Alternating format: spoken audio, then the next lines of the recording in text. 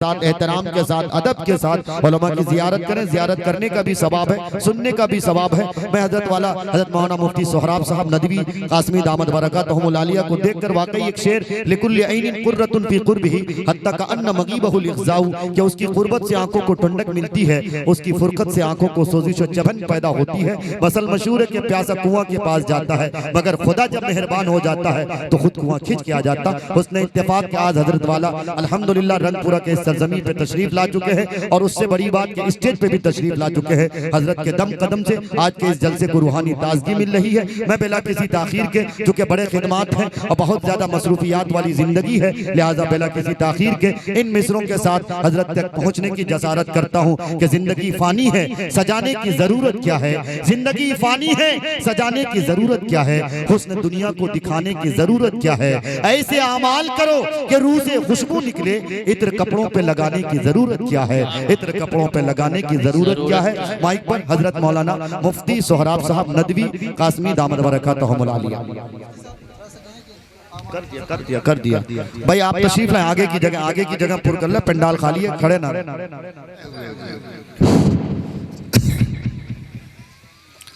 क़ाल तआला फ़ी किताबिहिल अज़ीम अऊज़ु बिल्लाहि मिनश शैतानिर रजीम बिस्मिल्लाहिर रहमानिर रहीम इक़रा बिस्मि रब्बिकल्लज़ी खलक़ खलक़ल इंसान मिन अलक़ इक़रा व रब्बुकल अकरम अल्लज़ी अल्लम बिल क़लम अल्लमल इंसान मा लम यअलम।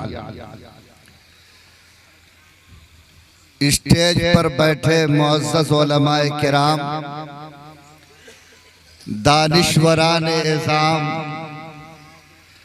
हमारे सामने मौजूद दीनी भाइयों और बुजुर्गों, नौजवान साथियों और पर्दे में बैठी मेरी बातों को सुन रही प्यारी माँ और बहनों, आज का ये जलसा पयाम इंसानियत, कौमी यकजहती और हमें बताया कि इस्लाह मुआशरा के नाम पर मुनक़िद हुआ है।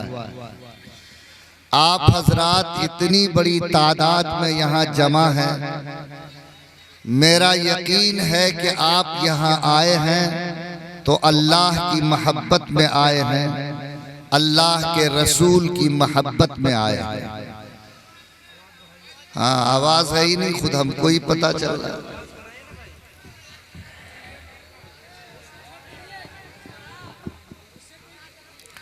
अच्छा, इंतजाम कर रहा हूं। आवाज जा रही है अब? अरे अब जा रही है तो हाथ उठाइए। कम है अभी भी भाई, पावर बढ़ाओ, नहीं तो सिस्टम को ठीक करो। देखिए, जलसा में रोक खाना ठीक खिलाता है, लेकिन माइक का मामला अक्सर जगह में गड़बड़ रहता है। अब आवाज जा रही है कुछ आप लोगों को, बोले हम चालू करें अपनी बात। अब एक आदमी हाथ उठाता है, इसका मतलब रुकने कहता है कि चलने कहता है। चले, अगर चलने कहते हैं तो सब आदमी हाथ उठाइए। हाँ, अल्हम्दुलिल्लाह।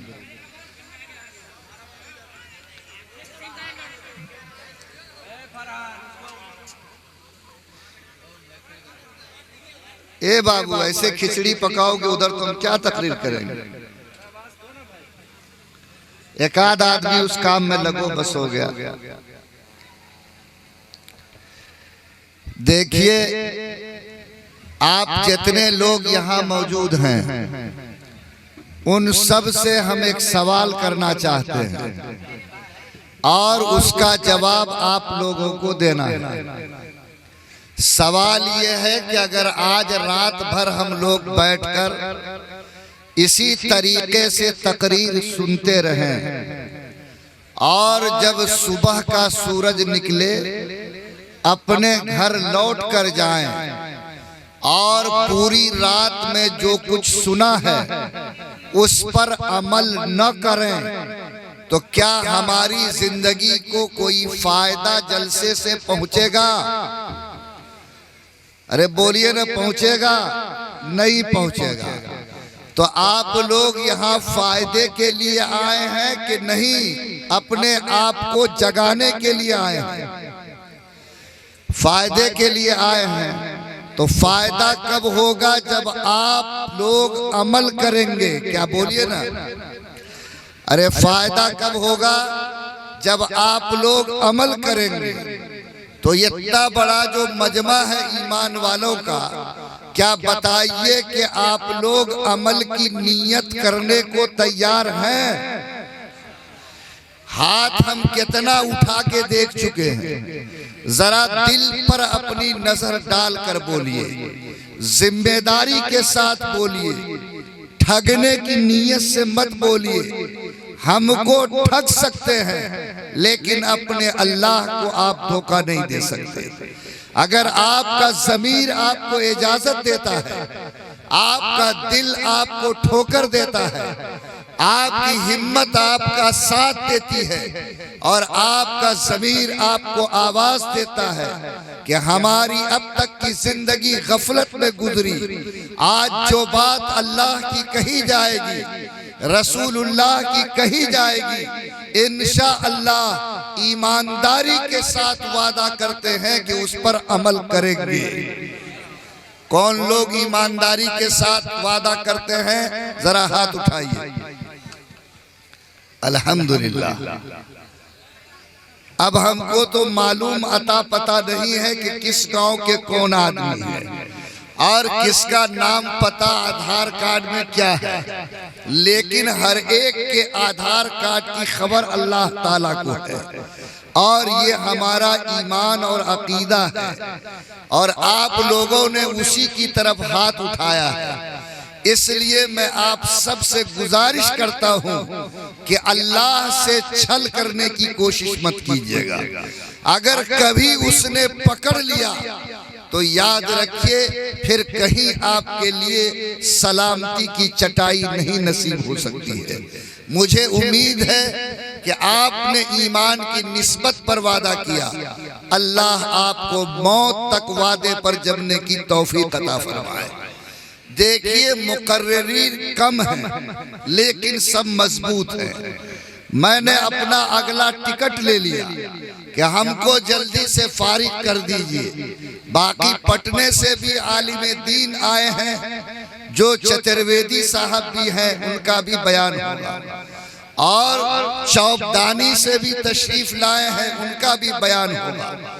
मैं आप सबसे गुजारिश करता हूं कि जो भी आपसे बात कही जाएगी वो अल्लाह और रसूल की निस्बत पर कही जाएगी।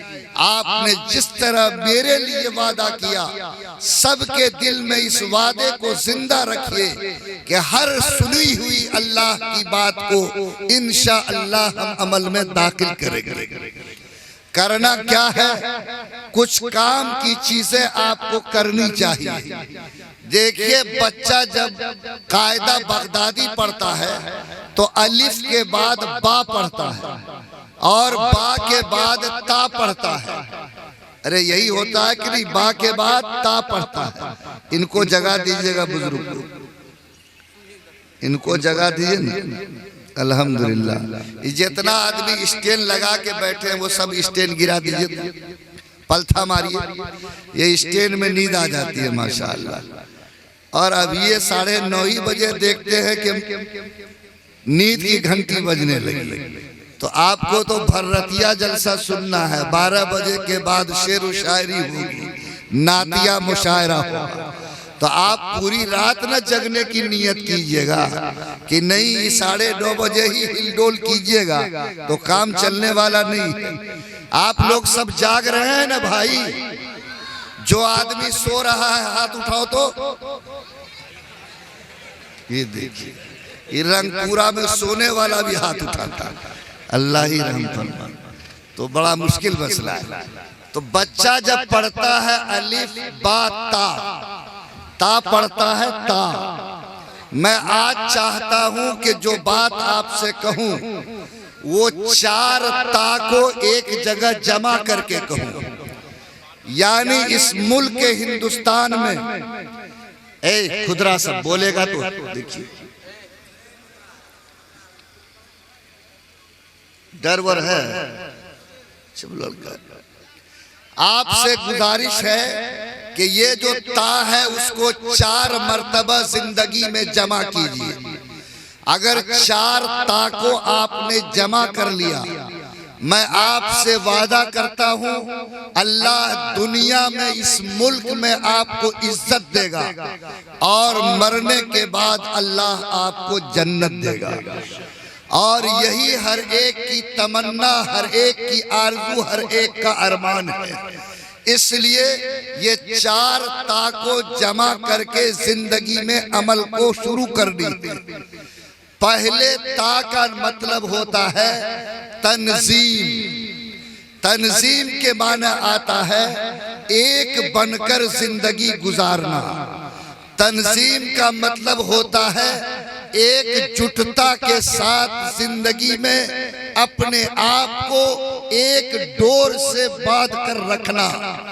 अगर कोई कौम, अगर कोई गांव, अगर कोई खानदान, अगर कोई घर आपस में, ये काहे जलाया जी?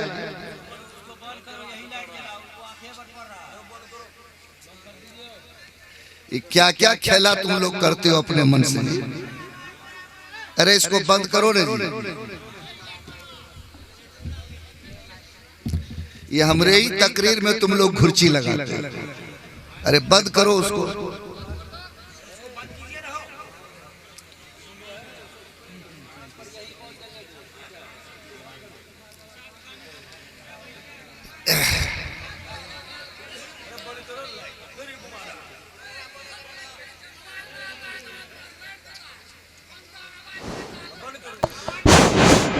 खामोश रहिए, खामोश।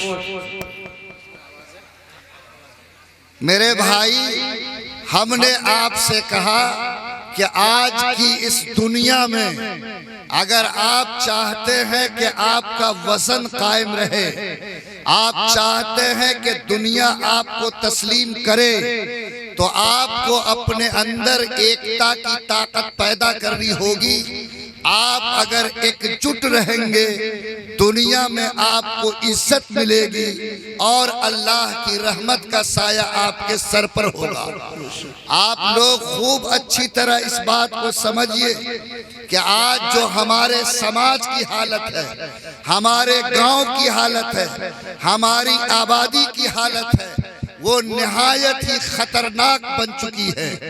अभी पंचायत इलेक्शन हुआ, लोगों ने इलेक्शन के नाम पर खड़े होकर अपनी दावेदारी पेश की। होना तो ये चाहिए था कि जैसे पहलवान अखाड़े में होता है तो एक दूसरे के मुकाबिल होता है, लेकिन अखाड़े से निकलता है तो एक दूसरे से हाथ मिलाकर दोस्ती का इजहार करता है। लेकिन आज जो हमारे समाज की हालत है, उसने इलेक्शन बनाम फरक्शन बनाया और आज हमारे घरों के दरमियान इस तरह के टूट पैदा हुए हैं, ऐसी नाइत्तेफाकी पैदा हुई है। लोगों ने अपने सीने में इस तरह नफरत को पाला है कि एक माँ बाप से पैदा होने वाला भाई आज दूसरे भाई के दरवाजे पर बैठने को तैयार नहीं है। आज की वक्त में एक भाई बहन के ताल्लुक से बदगुमान है, एक पड़ोसी दूसरे पड़ोसी के ताल्लुक से बदगुमान है। ऐसे लंबे लंबे दरार पैदा हो गए हैं कि लगता है कि शायद परसों में उसको पाटा नहीं जा सकता। आज एक दूसरे से मुलाकात करना नहीं चाहता, मुसाफा करना नहीं चाहता, एक दूसरे का चेहरा देखना नहीं चाहता। क्या बताओ कि अल्लाह ने हमको यही सिखाया, अल्लाह के रसूल ने हमको यही सिखाया इलेक्शन लड़ना हर एक का हक है। जिसको हाथ में हिम्मत हो, जिसके दिल में ये तमन्ना हो कि मैं इलेक्शन में खड़ा हूँगा, मुल्क उसको इजाजत देता है, कानून उसको इजाजत देता है कि वो आए और इलेक्शन के नाम पर खड़ा हो। लेकिन क्या ये इलेक्शन हमारे दिलों को टुकड़ियों में तब्दील कर दे, हमारे दिमाग में गंदगी भर दे, हमारे दिल में नफरत और कदूरत भर दे, भाई के रिश्ते को भाई से तोड़ दे, गांव को चंद टुकड़ियों में तकसीम कर दे? अगर इलेक्शन ये है तो खुदा की कसम ऐसे इलेक्शन लड़ने वालों से ज्यादा लानती कोई दूसरा इंसान नहीं है। इसलिए अगर आप सच्चे मुसलमान हैं, आप खुदा को मानने वाले हैं, आपका पैगंबर पर यकीन है, तो आपका अल्लाह आपको इस बात का पैगाम देता कि आज के हिंदुस्तान में अगर तुम इज्जत से जीना चाहते हो तो तय करो कि हम जात और बिरादरी के फर्क को मिटाएंगे। कोई अंसारी और मंसूरी के नाम पर, शेख और सैयद के नाम पर, काले और गोरे के नाम पर, अमीरी और गरीबी के नाम पर, गांव और टोले के नाम पर अगर समाज को बांटेगा तो याद रखो वो सबसे बड़ा मुजरिम है, अल्लाह के नजदीक सबसे बड़ा जालिम है। वो हाथ जो लोगों के दिलों को जोड़ता है वो सबसे ऊंचा हाथ है, और जो लोगों के दिलों को तोड़ता है उससे बड़ा बागी, समाज का मुजरिम और जमीन का दागी कोई दूसरा इंसान अल्लाह के नजदीक नहीं हो सकता। आज मैं आपसे कहता हूँ कि आपने अपने को इस जमीन पर किस तरह बांटा, कितनी टुकड़ियों में तकसीम किया। आज देखो इस 20 करोड़ कौम की इस मुल्क में कोई कीमत नहीं है। आज 3% सिख कौम जब किसान आंदोलन के नाम पर आज सड़कों पर बैठ गई और उसने सरकार से कहा कि हम अपनी बात मनवा के रहेंगे, हम बिल को वापस करा के रहेंगे, तो इस 3% कौम के इत्तेहाद ने आज की जालिम सरकार को भी झुकने पर मजबूर कर दिया। लेकिन आज ये 20 करोड़ मुसलमान जो इस मुल्क में एक बड़ी तादाद की हैसियत रखता, लेकिन आज आप किसी तराजू में कोई वजन नहीं रखते। दुनिया आपकी कोई कीमत नहीं लगा रही है। आपकी अल्लाह के नजदीक भी मोहब्बत के एतबार से कोई दाम नहीं है। मुसलमानों, मैं इमारत शरिया के खादिम होने के नाते आपसे इस बात की गुजारिश करता हूँ कि अगर आप मुसलमान हैं, आपके सीने में ईमान है, आप अल्लाह का डर अपने सीने में रखते हैं, तो अगर आप एक घर में 4 भाई हैं, अपने हाथ और दिल को मिलाकर जिंदगी गुजारिए। अगर आप किसी खानदान के चंद अफराद हैं, आप मोहब्बत की कुव्वत के साथ रहिए। आप जिस गांव और आबादी में हैं, आप उसके अंदर नफरत को दूर करके मोहब्बत बांटिए। और इस जमीन पर अगर आप कई धर्म के लोग रहते हैं तो मानवता की बुनियाद पर, इंसानियत की बुनियाद पर आप आपस में मेल मोहब्बत पैदा कीजिए। अगर आप किसी आबादी में बहैसियत मुसलमान रहते हैं तो ला इलाहा इल्लल्लाह मुहम्मदुर रसूलुल्लाह की बुनियाद पर अपने सफों को मजबूत और मुत्तहिद कीजिए। अगर आपने इस आवाज को मेरी नहीं समझा, आपने अगर हालात की जानकारी नहीं ली, तो मैं आपसे इस बड़े मजमे में कहता हूँ कि आने वाला दिन में कोई आपको आंसू पोंछने वाला नहीं मिलेगा, कोई आपको इज्जत की चटाई देने वाला नहीं मिलेगा। इसलिए जितने लोग यहाँ मौजूद हैं, अगर आपके दिल में कोई नफरत है, आपके दिमाग में कोई कीना है, आपने अगर अपने भाई से रिश्ता तोड़ा है, आपने 1.5 ईंट की मस्जिद खड़ी करके समाज को बांटा है, अगर आपने वोट के नाम पर समाज को तोड़ा है, तो आप सबसे गुजारिश ये है कि आज से मुबारक दिन कोई नहीं हो सकता। इतना बड़ा मजमा मौजूद है, खुदा की कसम टूट में अल्लाह की रहमत नहीं है, नफरत पर अल्लाह की मोहब्बत की नजर नहीं है। जो इंसान आपस में टूट जाता है, अल्लाह की रहमत उससे रूठ जाती है। जो इंसान आपस में टूट जाता है, दुनिया के तमाम तराजू में उसका वजन घट जाता है। आज 20 करोड़ मुसलमान अगर अगर दुनिया के तराजू में इज्जत पाना चाहते हो, अपने वजन को बढ़ाना चाहते हो, तो आज तय करो इंशाअल्लाह कि एक कलमे की बुनियाद जो हमारे आखिरी पैगंबर ने दिया था, उस बुनियाद को पकड़कर जितने दिन जिएंगे इंशाअल्लाह हम लोग मोहब्बत और प्यार के साथ जिंदगी गुजारेंगे। बोलो करोगे ये काम इंशाअल्लाह? जरा हाथ उठा के कहो। खाली हाथ मिलेगा कि दिल भी मिलेगा? हाल ये है कि दिल मिले न मिले हाथ मिलाए रहे। यहाँ तो मस्जिद में जाता है और दो आदमी एक साथ खड़ा होता, लेकिन निकलता है तो सीना कीना से पाक नहीं होता, उसके दिल की नफरत दूर नहीं होती। आज वो कदूरत लेकर वापिस आता। याद रखो, अगर एक सच्चे मुसलमान की हैसियत से आप बैठे हैं तो आप इस बात को कान खोलकर सुनिए कि आपके पैगंबर ने फरमाया कि अगर दो आदमी में कोई कीना कपट हो जाए, कोई अनबन हो जाए और 3 दिन से ज्यादा अपनी बोली और बात को बंद रखे, तो उस मुसलमान का रिश्ता मुहम्मदुर रसूलुल्लाह से टूट जाता है, यानी उसके ईमान का रिश्ता कट जाता है। आपकी नमाज आपको मुसलमान नहीं रख सकती, आपका रोजा खुदा के नजदीक आपकी बख्शिश नहीं करवा सकता। फरमाया कि अगर मोमिन हो, सीने को इतना साफ करो, अपने दिल को इतना पाक रखो, अपने दिमाग को इतना स्वच्छ रखो कि तुम जिस जगह जाओ अपने भाई का इस्तकबाल अस्सलामु अलैकुम व रहमतुल्लाहि व बरकातुहू से करो। अगर आपने ये सीखा, आपने इस प्यार की गाड़ी को आगे बढ़ाया, आपने समाज में मोहब्बत बांटा, आपने टूटे हुए दिलों को जोड़ा, यकीन मानो कि आप जमीन पर अल्लाह की रहमत के सबसे बड़े हकदार होंगे। मुसलमानों, किसी का दिल तोड़ना सबसे बड़ा पाप है। किसी के दिल को चोट पहुंचाना, चाहे हम जबान से पहुंचाए, चाहे हम हाथ से पहुंचाए, चाहे हम अपने अमल से पहुंचाए, याद रखो जमीन का सबसे बड़ा गुनाह है। फरमाया मुहम्मदुर रसूलुल्लाह ने कि एक मोमिन के दिल को तोड़ना इतना बड़ा गुनाह है कि कोई अगर हाथ में हथौड़ा ले ले, मक्का जाए, अल्लाह के घर को अपने हाथ से तोड़े, तो अल्लाह को उतना गुस्सा नहीं आता जितना किसी मोमिन के दिल को तोड़ने से अल्लाह को जला लाता है।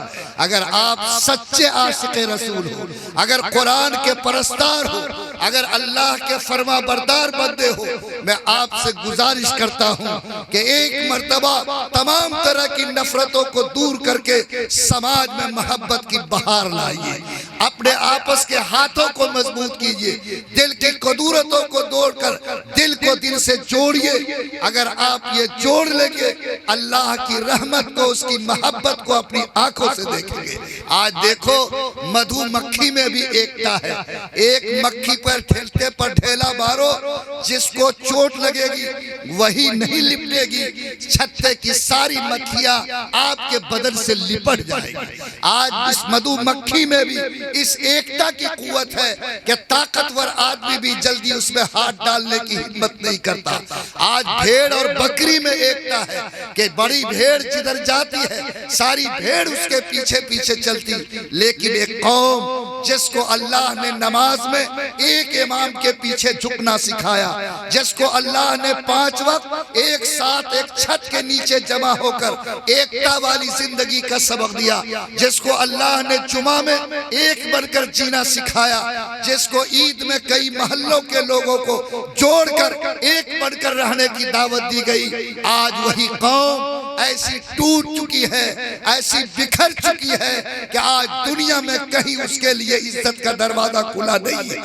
इसलिए आप सब लोगों ने जिस तरह हाथ उठाया है, रंगपुरा के मुसलमानों, कुर्बो जवार की आबादी से आने वाले भाइयों, आज का संदेश, आज का पैगाम सिर्फ ये है कि अपना तो काम है कि जलाते चलो चिराग, अपना तो काम है कि जलाते चलो चिराग, रास्ते में खा दोस्त या दुश्मन का घर मिले।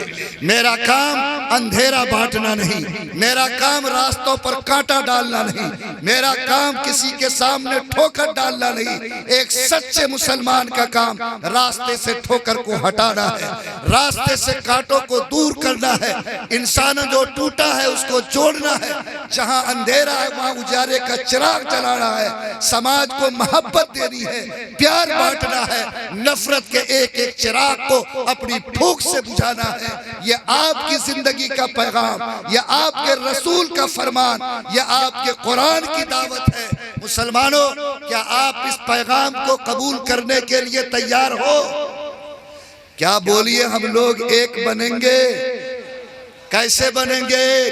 हम आपको 1 मिनट का वक्त देते हैं। आप नजर को झुकाइए, जिसके दिल में जिसके लिए कीना है अल्लाह को गवाह बनाकर कह दीजिए कि आज मैंने अपने सीने को हर भाई के कीने से पाक कर लिया। क्या तैयार है हम लोग कीना साफ करने के लिए? अगर कीना साफ हो गया जिसका, वो मेरे सामने हाथ उठा दे। जिसका दिल साफ हो गया हाथ उठाओ, जिसका दिल साफ हो गया वो हाथ उठाओ।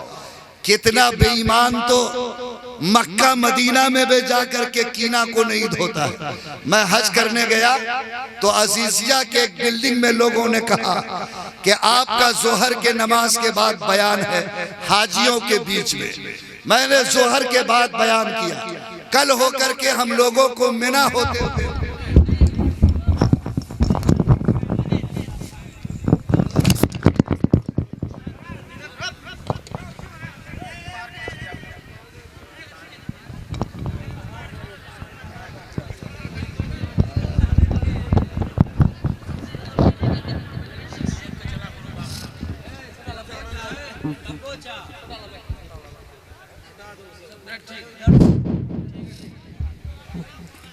मेरी बात सुन रहे हैं तो वहां जोहर में मेरा बयान हुआ। हमने कहा कि आप लोग अरफात जाइएगा, मिना मुज़दलिफा जाइएगा, अभी दिल को साफ कर लीजिए। किसी के लिए कोई कीना हो तो दिल को पाक कर लीजिए। बात दुआ हो गई। एक मधुबनी का मुसलमान हमको अकेले में ले गया, कहा कि मुफ्ती साहब आप तकरीर किए हैं दिल साफ करने की। साल से वो हमको सता रहा है और हमको मालूम है कि मक्के में दुआ कबूल होती है, इसीलिए हज का फार्म भरे और यहाँ इसीलिए आए हैं कि हम अरफात में अपने लिए कुछ नहीं मांगेंगे, लेकिन जितनी बद्दुआ हो सकती है वो अपने भाई के लिए करके जाएंगे। आप करो। ये है वो कौम जिसके सीने में अल्लाह ताला ने ईमान का नूर अता किया है।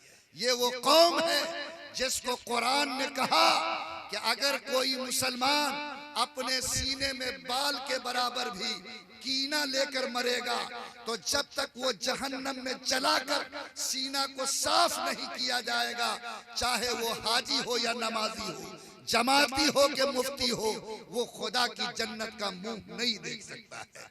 ए लोगों बताओ, क्या ये बीमारी खतरनाक बीमारी है कि नहीं है?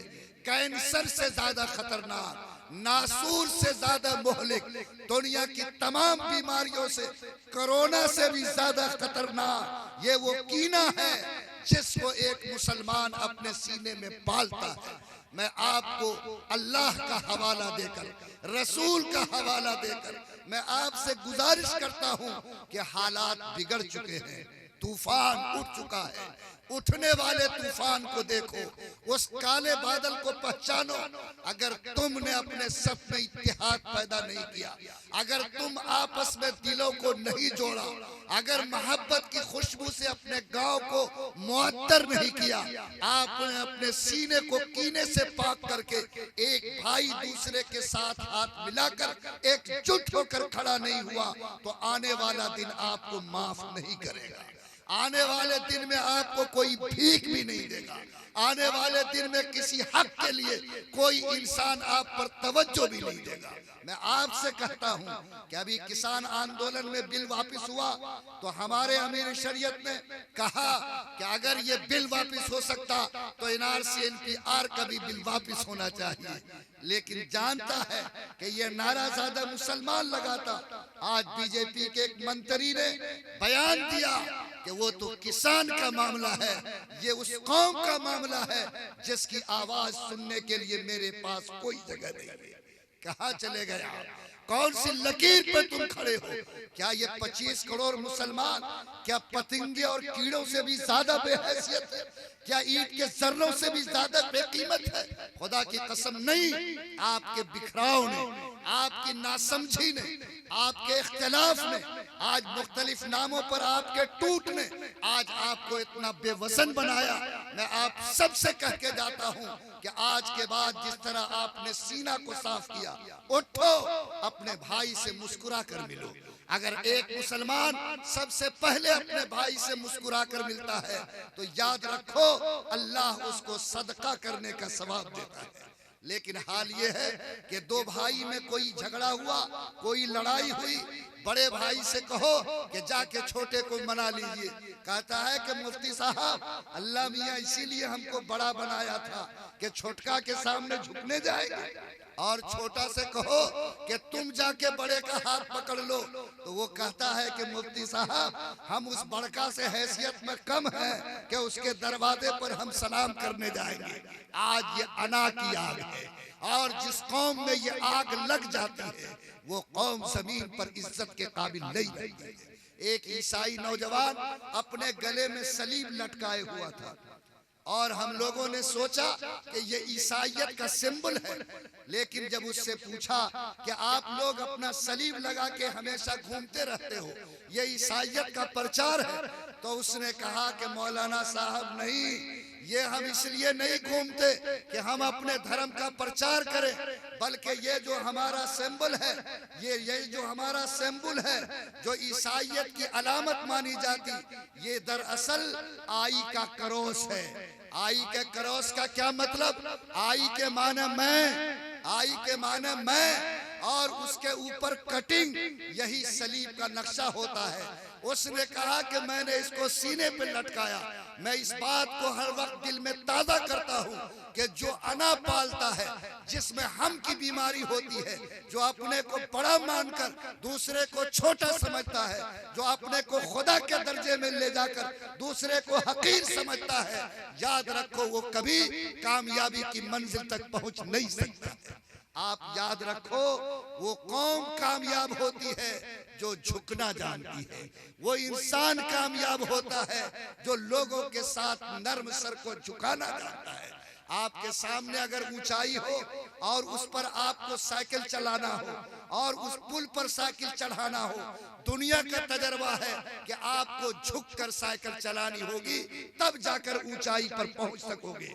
अगर अकड़ के साइकिल चलाओगे, पीछे गिरोगे, बुलंदी पर नहीं जा सकते।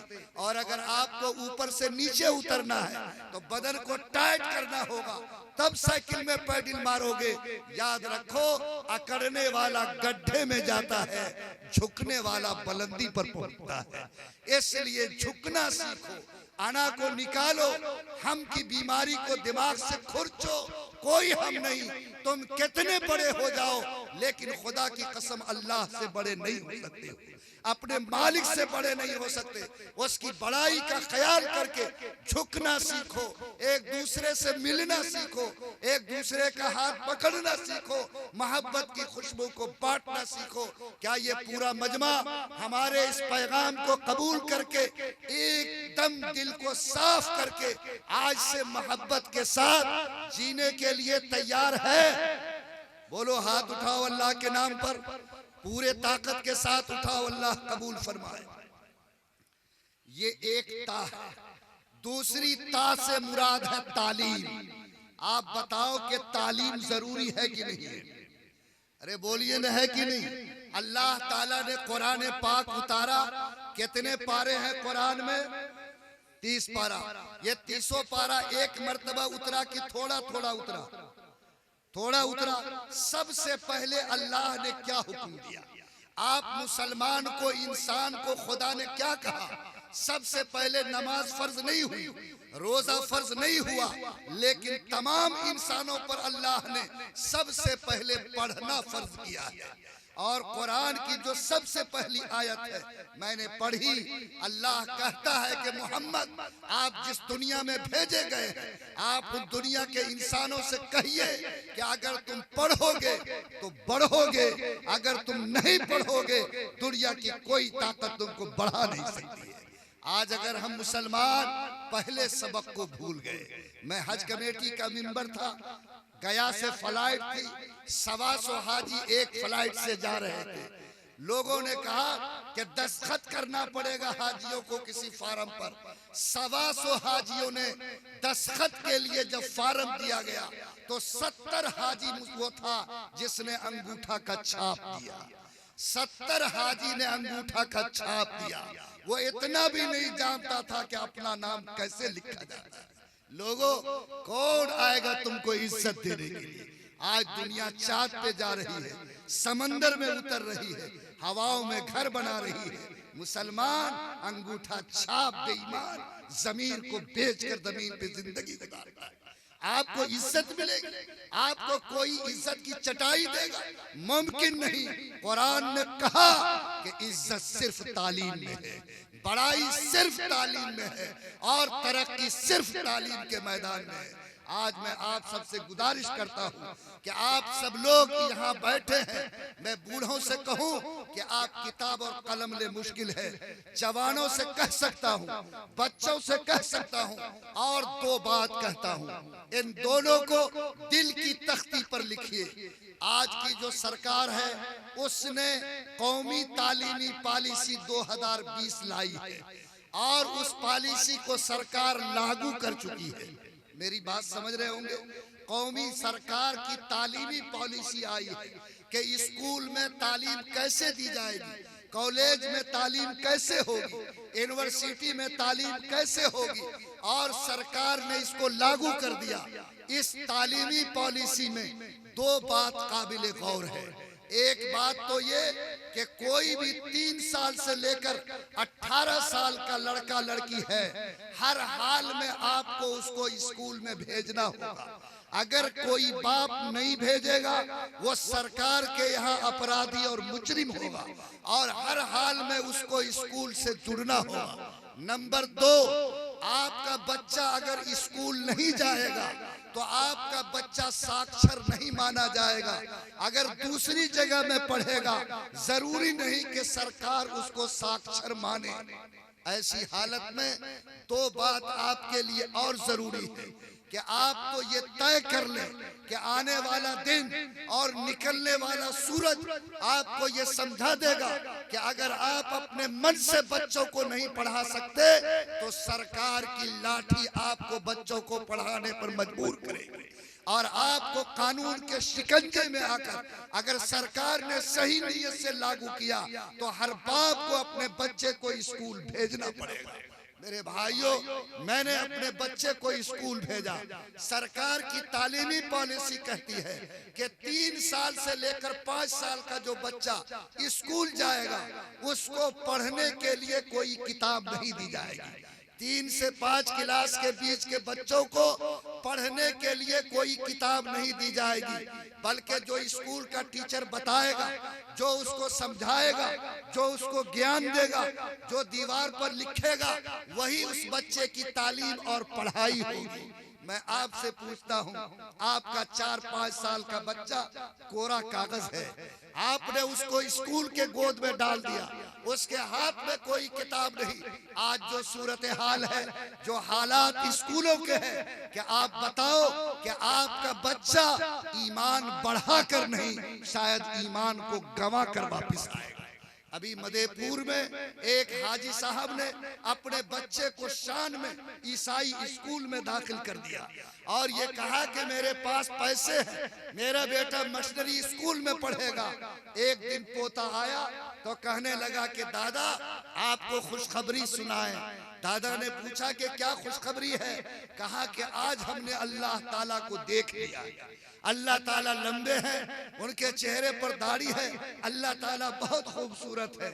अब हाजी साहब का माथा ठनका कि ये कहां से अल्लाह को देखकर मेरा पोता आया। स्कूल गए, मास्टर से पूछा तो पता चला कि ईसाई स्कूल में यीशु मसीह का जो फोटो लगा हुआ था, उसके टीचर ने बताया कि यही तुम्हारा गॉड, यही तुम्हारा फादर, यही तुम्हारा खुदा है।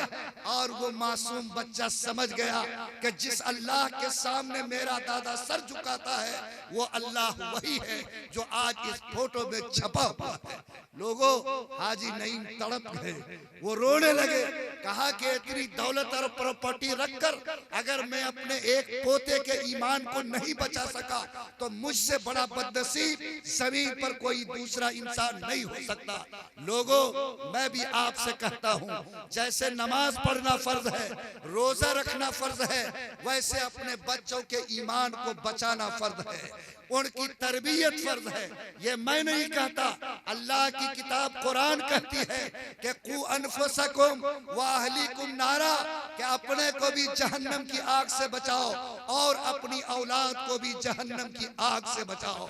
जो बाप 5 वक्त नमाज पढ़ता है, चिल्ले लगाता है, आलिम बन गया है, लेकिन उसकी औलाद अगर कुरान की तालीम से महरूम है, ईमान की तालीम से महरूम है, तो वो औलाद अगर बिगड़ गई तो कयामत के दिन उस मुजरिम बाप को घसीट कर खुदा के जहन्नम की आग में ले जाएगी। इसलिए जो लोग यहाँ बैठे हैं वो ये तय करें कि अल्लाह ने आपको जो औलाद दी है, उस औलाद को अगर आप स्कूल भेजते हैं तो स्कूल 10 बजे से शुरू होता।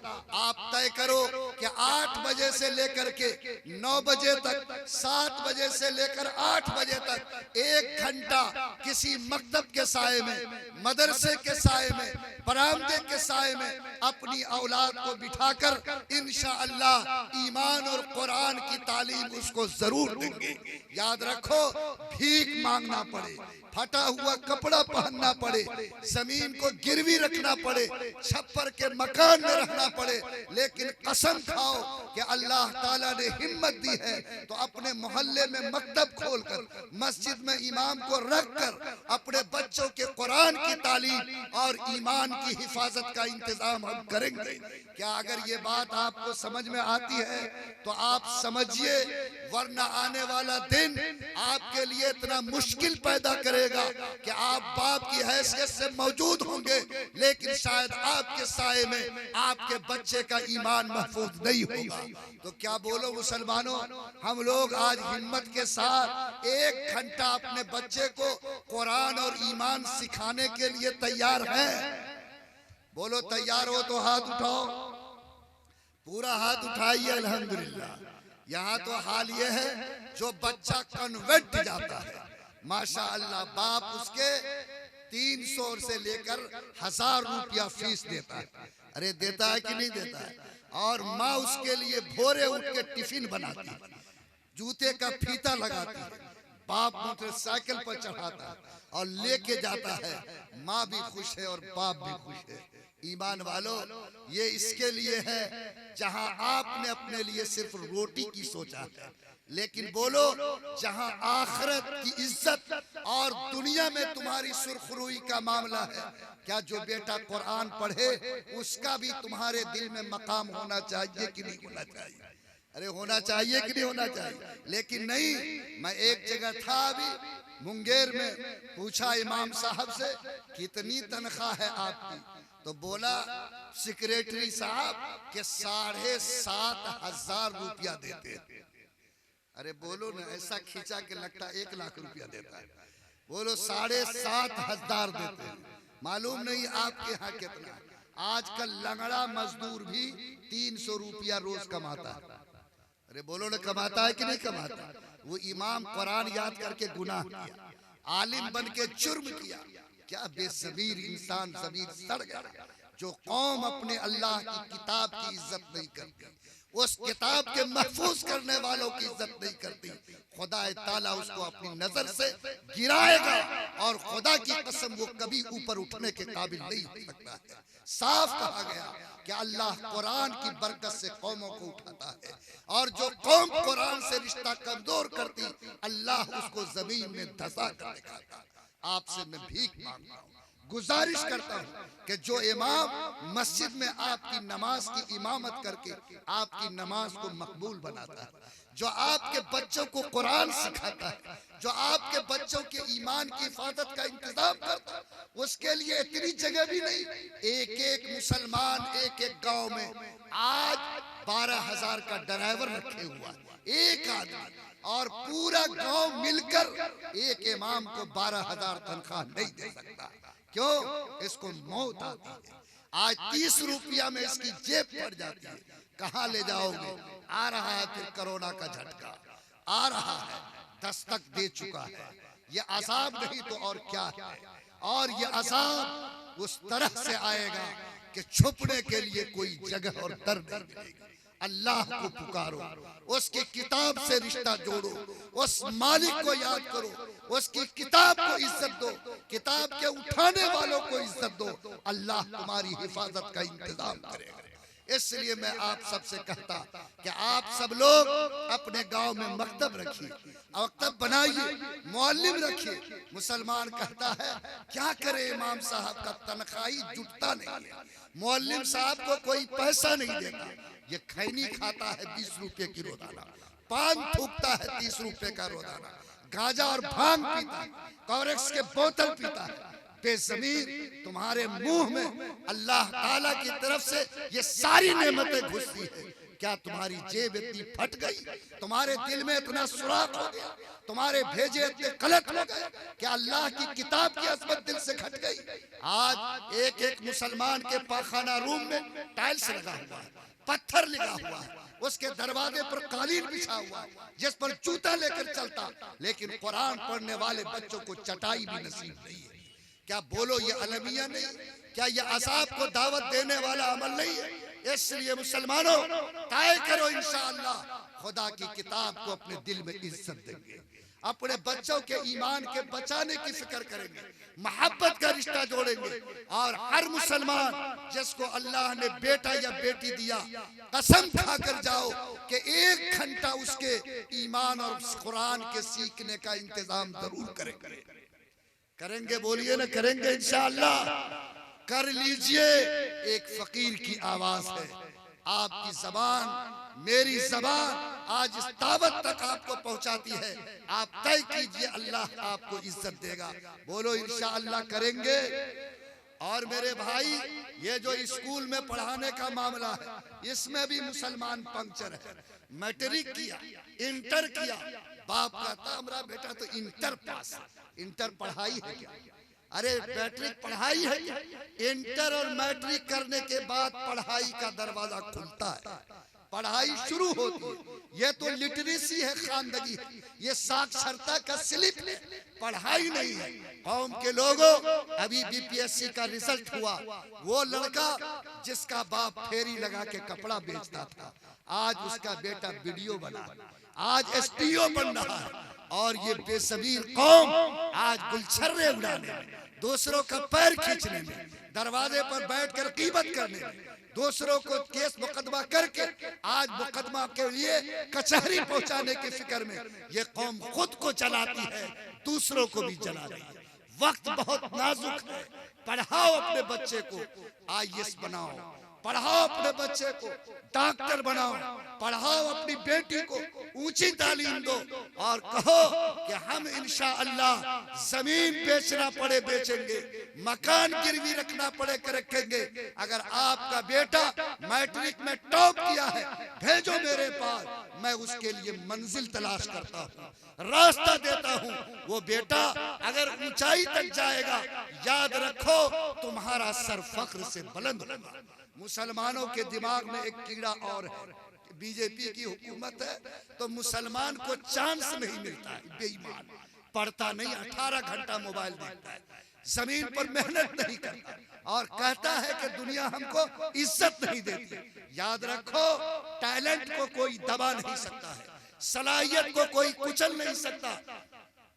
अभी रहमानी 30 जो चलता है उसमें IIT का एग्जाम हुआ, 45 लाख लड़के उसमें शरीक हुए, लेकिन रहमानी 30 के बच्चों ने 100% उसमें कामयाबी हासिल की है। सारे के सारे बच्चे मुसलमान बच्चे हैं। अगर टैलेंट को दबाया जाता, अगर कोई नफरत की वजह से आपको पीछे करता, तो आज इतनी बड़ी तादाद में IIT जो IS रैंक का एग्जाम है उसमें आपका बेटा कामयाब नहीं होता। लोगों, क्वालिटी पैदा करो। दूसरी कौम अगर 18 घंटे पढ़ती है, तुम 22 घंटे पढ़ोगे, तब जाकर तुम मुकाबले में अपने को कामयाब साबित करोगे। मैं अपने नौजवानों से जो पढ़ रहे हो और गार्जियन से जो अपने बच्चों को पढ़ा रहा है, मैं भीख मांगता हूँ, आपसे गुजारिश करता हूँ कि आप पढ़ो। आज की तारीख में अगर तुम नहीं पढ़े तो दुनिया तुमको कभी इज्जत की भीख नहीं दे सकती है। आपकी जिम्मेदारी है। आज APJ अब्दुल कलाम चले गए, लेकिन उसके अंदर टैलेंट था। बोलो, बीजेपी ने उसको राष्ट्रपति बनाया कि नहीं बनाया? अरे बनाया कि नहीं? और आज चाहे अग्नि मिसाइल हो, चाहे पृथ्वी मिसाइल हो, जब तक हिंदुस्तान है, बोलो उस पर अबुल कलाम का नाम चमकेगा कि नहीं चमकेगा? याद रखो, टैलेंट और सलाहियत पैदा करो, खुद दुनिया तुम्हारा लोहा तस्लीम करेगी। तो क्या अंग्रेजी तालीम भी, स्कूल की पढ़ाई भी, ऊंची पढ़ाई करेंगे हम कि नहीं करेंगे? अरे करेंगे इंशाअल्लाह। अरे अंधा सब कहां से आकर के इसी जगह बैठ करेंगे इंशाअल्लाह। बोलो करेंगे, हम पढ़ाएंगे बच्चों को। जरा हाथ उठाओ। अल्हम्दुलिल्लाह। अभी तो 2 ही ते गया, 2 ते बाकी है, हम खत्म करेंगे। हमारे पीछे लगता है कि घंटी बजने की तैयारी। देखो, तीसरी ता का मतलब है तिजारत। क्या पूछते हो? अरे पैसा भी जरूरी है कौम को कि नहीं कौम को? आजकल पूरे हिंदुस्तान में न नेता की चलती है न मुल्ला की चलती है, सिर्फ अडानी और अंबानी की चलती है। अरे बोलो, है कि नहीं? वो बिजनेसमैन है कि नहीं? ताजिर है कि नहीं? आपके नबी ने ये सबक आपको बहुत पहले सिखाया। फरमाया कि जितने रोजगार दुनिया में हैं, अल्लाह ने उसमें एक बरकत रखी है, और तिजारत के अंदर अल्लाह ने 90 बरकतें, 99 बरकतें रखी है। बोलो न, 99 बरकत किस में है? तिजारत में अल्लाह ने रखी है। ये किसने कहा? नीतीश कुमार नहीं, मोहम्मदुर रसूलुल्लाह ने कही है। आप सच्चे मुसलमान हो तो इस तरीके से सड़कों चौराहों पर मोबाइल देखने के बजाय, बेरोजगारी की जिंदगी गुजारने के बजाय, तय करो कि छोटे रोजगार ही सही, लेकिन एक रोजगार से जुड़कर अपने माश को, अपनी जिंदगी की मईशत को मजबूत करने की कोशिश करो। जेब में पैसे होंगे, हाथ मुट्ठी गर्म होगी, तो दुनिया भी तुमको आगे बढ़ने के लिए हौसला देगी। तो आजकल हमारा मुसलमान माशा अल्लाह टेम्पर में रहता है। दुकान भी किया तो मूड गर्म रहता। दूसरे के दुकान पे जाओ, वो अगर 25 कपड़ा दिखाएगा, नहीं लो तो कोई फिक्र नहीं है, ठीक है आगे आइंदा आइए। आपके दुकान पर जाए, अगर जरा सा मामला ये हुआ कि 3 कपड़ा दिखा के नहीं लिया, तो वो जाता है तो पीछे से ये गाली दे बैठता है, टेंशन में रहता है कि नहीं लेना था तो क्यों हमको परेशान किया। बिजनेस ऐसे नहीं चलती, तिजारत ऐसे नहीं, उसके वसूल और अखलाक है। मैं आप सबसे कहता हूं कि आपने नबी ने तिजारत किया है, आपके नबी ने तिजारत की सुन्नत दी है। आप अगर सुन्नत वाले हो, अपनी जिंदगी में तिजारत की सुन्नत को भी कायम करो, तिजारत की सुन्नत को रिवाज दो। मेरे एक दोस्त बम्बई में है जो सुपारी के कारोबार करते थे, वो एक गुमटी में सुपारी बेचते थे। आज उसकी तिजारत ने उसको इस मकाम पे पहुंचाया कि आज वो अपने पैसों के 10 करोड़ ज़कात निकालता है। मेरे भाइयों, ये तिजारत का फायदा है। तो हमारे जो लोग भी यहाँ बैठे हैं, बोलो बिजनेस से, तिजारत से जुड़ने की हम लोग कोशिश करेंगे। करो और हिम्मत के साथ करो। देखो, सब्र के साथ चलो, अखलाक के साथ रहो, अल्लाह एक न एक दिन उसकी बरकत को जरूर दायर करेगा। और आखिरी ता है जिसके नाम है तकवा। तंजीम भी हो गई, दिल भी जुड़ गए, तालीम भी आ गई, और तिजारत भी मिल गई, लेकिन अगर अल्लाह का डर पैदा न हुआ, बदन गुनाहों से पाक न हुआ, समाज में अगर गुनाह का करना बंद नहीं हुआ, यकीन मानो किसी चीज में बरकत नजर दिखाई नहीं आ सकती। बोलो, गुनाह से बचना एक मुसलमान की जिम्मेदारी है या नहीं? अरे बोलिए ना, है कि नहीं?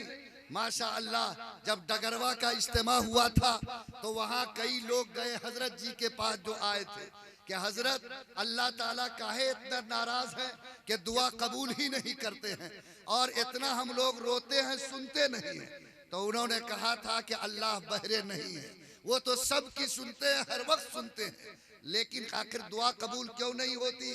तो उन्होंने कहा था कि सुनो, हर चीज के लिए एक शर्त होती है। तुम जो नमाज पढ़ते हो तो शर्त है कि तुम्हारा बदन पाक हो, तुम्हारी जगह पाक हो, तुम्हारा कपड़ा पाक हो।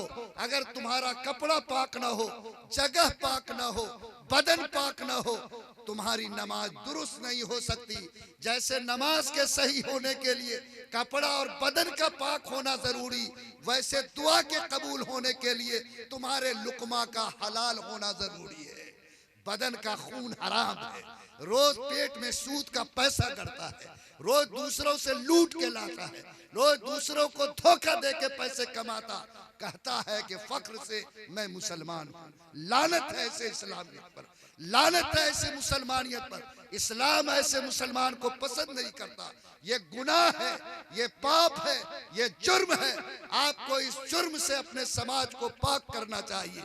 हाज़रीन किराम, आज मैं आपसे अर्ज करता हूँ, क्यों बच्चों का ये मेला यहाँ लगा दिया? एक थप्पड़ दीजिए ना कनपट्टी के जड़ में, बस उसी में दिमाग दुरुस्त हो जाएगा।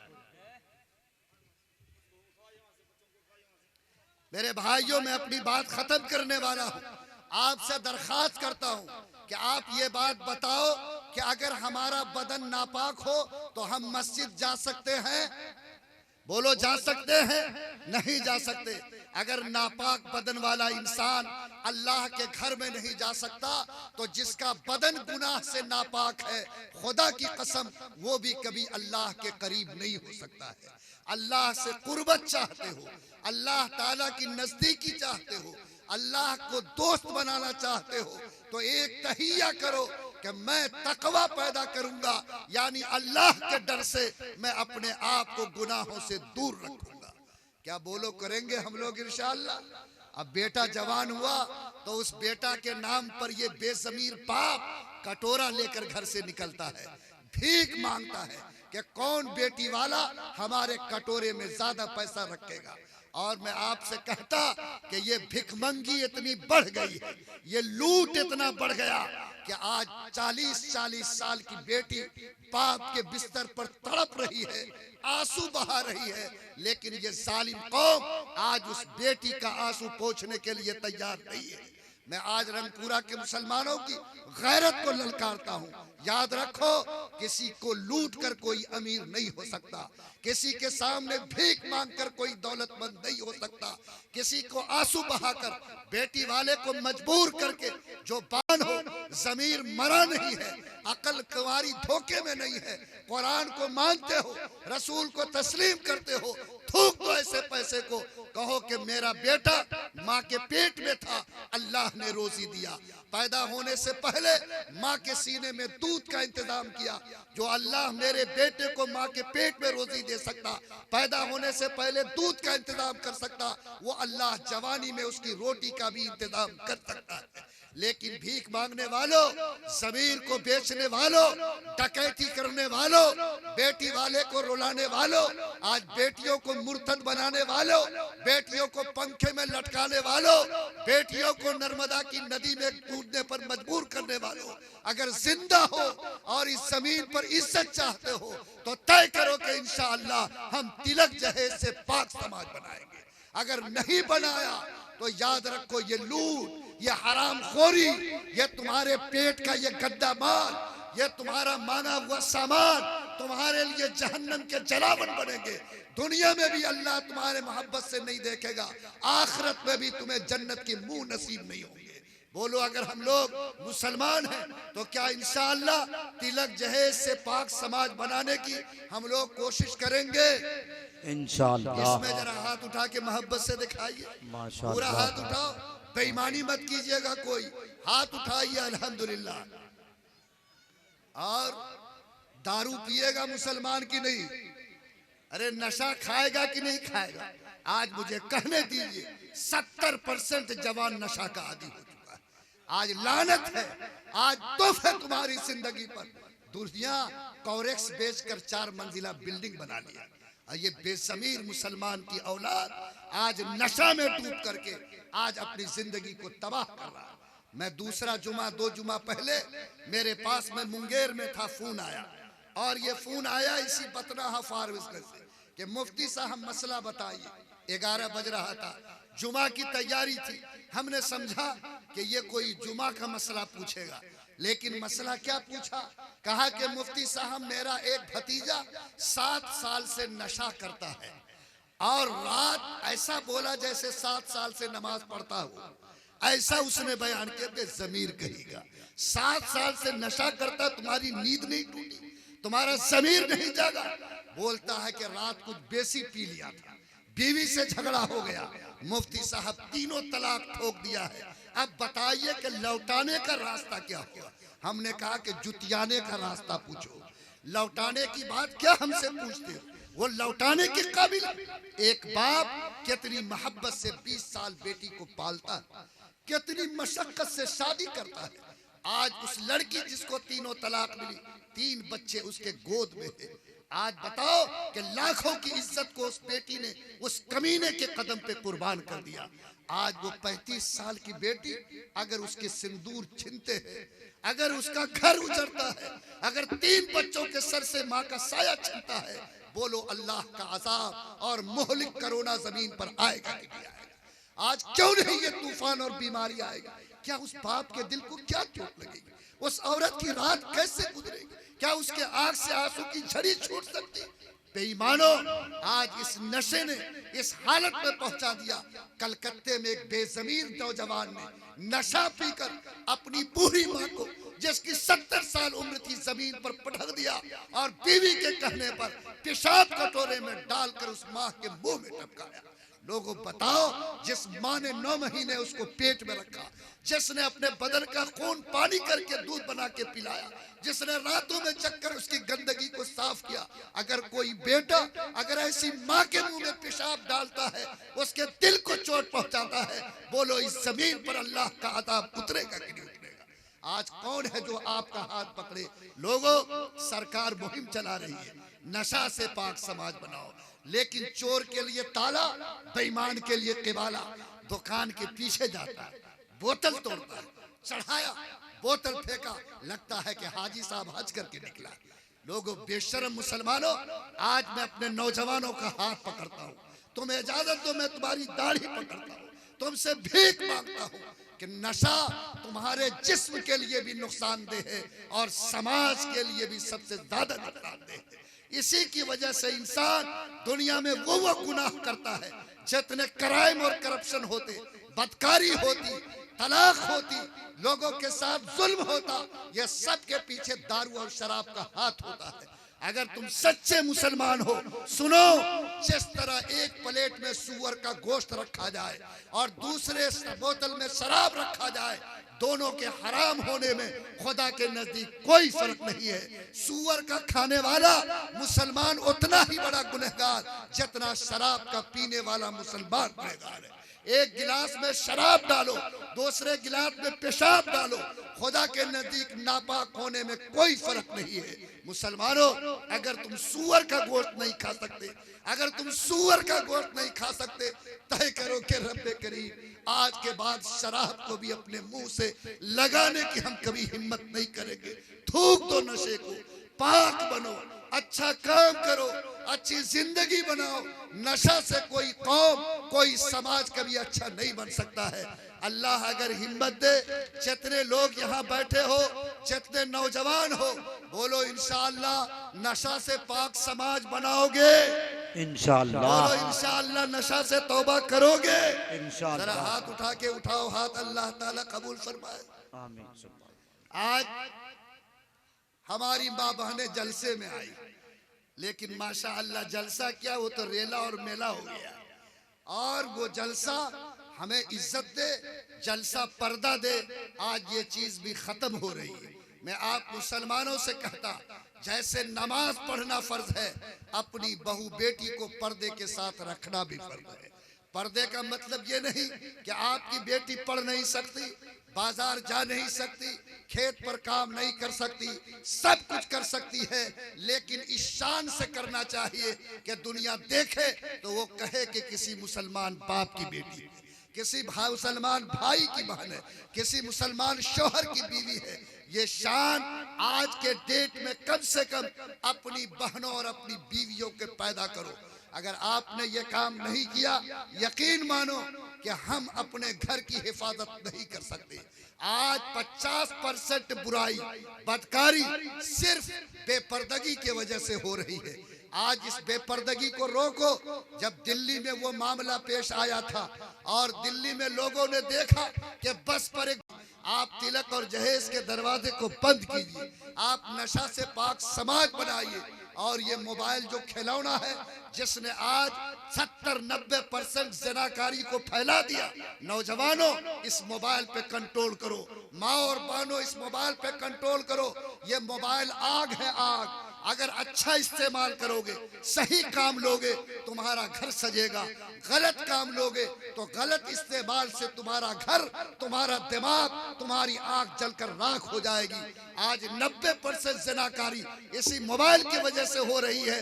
बाप घर से जाता, इस मोबाइल की वजह से उसकी बेटी के साथ बदकारी होती है, बीवी के साथ बदकारी होती। मैं आपसे गुजारिश करता हूँ कि नौजवानों, ये आँख खुदा की अमानत है, ये जबान खुदा की अमानत है, ये कान खुदा की अमानत है। एक वक्त सांस टूट जाएगा, जवान कब जाएगा, बूढ़ा कब जाएगा मालूम नहीं। मैं अपनी माँ बहनों से कहता, आपसे कहता कि दूसरों की बहू बेटी से गंदी बात करके अपनी जबान को गंदा मत करो, अपने आँख की पुतली को गलत फिल्मों से नापाक न करो, अपने कान के पर्दों को गंदे गानों से गंदा मत करो। मुसलमान हो, ईमान मिला है, तुम इस कान से अजान सुनते हो, इस जबान से खुदा का नाम लेते हो, इस आँख के पुतली से मस्जिद के मीनारों को देखते हो। तय करो कि इंशाअल्लाह ऐसा मोबाइल पर कंट्रोल करेंगे, अपने नफ्स पर कंट्रोल करेंगे कि इंशाअल्लाह किसी समाज की बेटी की इज्जत मेरे हाथ से नहीं लुटेगी। कभी ये शिकायत समाज में पैदा न होगा। मेरी बेटी और बहन भी तय करे कि चाहे उसका शौहर दिल्ली में हो के पंजाब में, हरियाणा में हो के राजस्थान में, वो अगर बागैरत बाप की बेटी है, कसम खाए कि मैं मर तो सकती हूँ लेकिन अपने इज्जत के चादर तक किसी का हाथ पहुंचने नहीं दे सकती। बोलो इंशाअल्लाह ये 4 गुना, नशा से पाक समाज, तिलक से पाक समाज, पर्दे का रिवाज, मोबाइल का सही इस्तेमाल, अगर इन 4 गुना पे कंट्रोल कर लो, अल्लाह सैकड़ों बुराई के दरवाजे को बंद कर देगा। करेंगे ना इंशाअल्लाह? और नमाज पढ़ेंगे कब? जुम्मा नहीं। उलमा आपसे पैगाम देंगे, देखो एक कुत्ता एक मालिक की रोटी खाता है तो रात भर उसके दरवाजे पर जाकर भूबू करता। एक रोटी के सदके में खुदा ने इतनी नेमत तुमको दी है, तुम कदर करो, उस मालिक को याद करो, उसी चौखट पर रिहाई मिलेगी। एक मर्तबा हाथ उठाकर कह दो कि जिंदा है इंशाअल्लाह, तो सिर्फ जुमा के नमाजी नहीं, 5 वक्त के पक्के नमाजी बनेंगे। बोलो इंशाअल्लाह। बस मैं अल्लाह ताला से दुआ करता हूँ कि अल्लाह आपके दिलों को जोड़ दे, अल्लाह तालीम की रोशनी आपके घर में पहुँचाए, अल्लाह तिजारत की खुशबू से आपके घर को महकाए, अल्लाह तमाम बुराइयों से आपको बचाए, जब तक जिंदा रखे सजदों के साथ जिंदा रखे, जब मौत आए तो सजदों के साथ मौत आए। रब्बना तकब्बल मिन्ना इन्नका अंतस समीउल अलीम।